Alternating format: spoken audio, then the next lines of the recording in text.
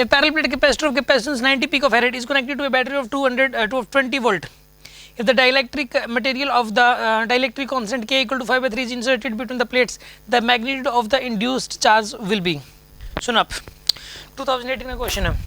सुनो, ये पहली बात तो कोई नया कॉन्सेप्ट नहीं है, कोई बड़ी बात नहीं करती, एक बहुत ही एक वेरी इजी क्वेश्चन है. मतलब आप ये कह सकते हो कि बेसिक पॉइंट बेस्ड है, थोड़ा सा उससे मैच करता हुआ है. कैसे, मैं आपको समझाता हूँ. देखिए, आप क्लास में इन्फॉर्मेशन दी गई थी कि मान लिया जाए कि ये एक कैपेसिटर है, ठीक है, ये एक बैटरी है, इसका मतलब जो ना ई नोड है, ये बैटरी के यहाँ पे ई नोड. तो अभी पता है क्या, इसके अंदर अगर यहाँ पे थोड़ा सही से बनाते हैं इसको ना, ये कैपेसिटर, तो इस पे चार्ज मान लो क्यू प्लस क्यू था, और इस पे चार्ज कितना है यहाँ पे प्लस क्यू नोड और माइनस क्यू नोड है, मान लो प्लस क्यू नोड और minus Q node. Capacitance C है. कैपेसिटेंस कितना है, सी. सी की वैल्यू कितनी होगी बताओ. A epsilon naught by D, ये होगी सी की वैल्यू.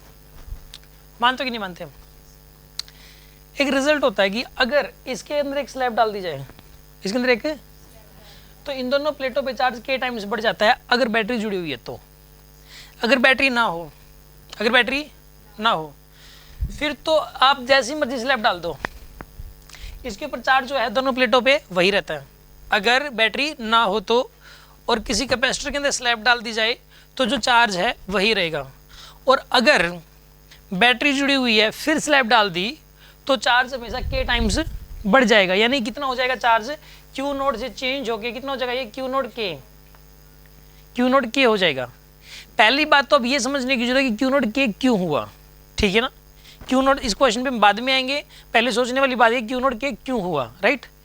एक रूल होता है कि अगर एक पूरे सर्किट के अंदर एक बैटरी और एक कैपेसिटर हो तो उसके ऊपर जो चार्ज आता है ई नोड सी के बराबर आता है. कितना चार्ज आता है उसके ऊपर, ई नोड सी.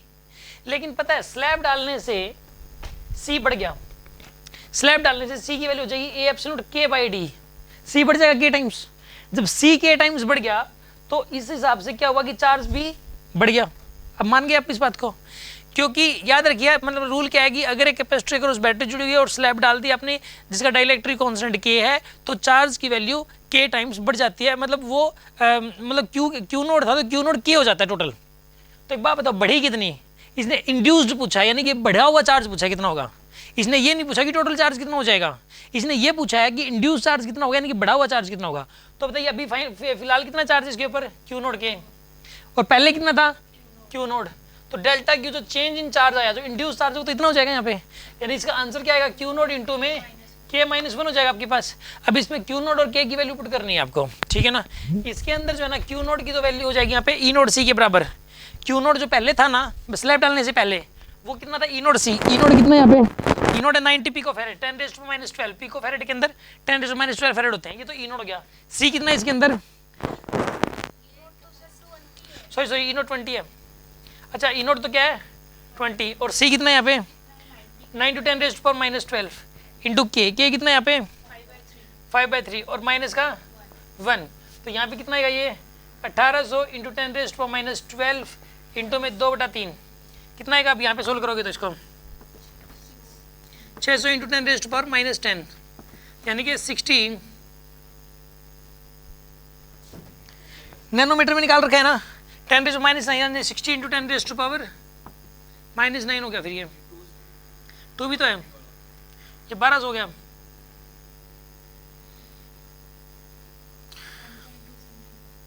क्या कह रहे हो, नैनो कुलम दे रखा है, कोई बात नहीं है. नैनो कुलम 10⁻9 अगर करना है 1.2 करना है तो देखो एक काम करो, क्यू नोट की वैल्यू कितनी रखी है, वोल्ट में दे रखी है क्या 20 वोल्ट हो गया. ई नोट सी की वैल्यू दे रखी है.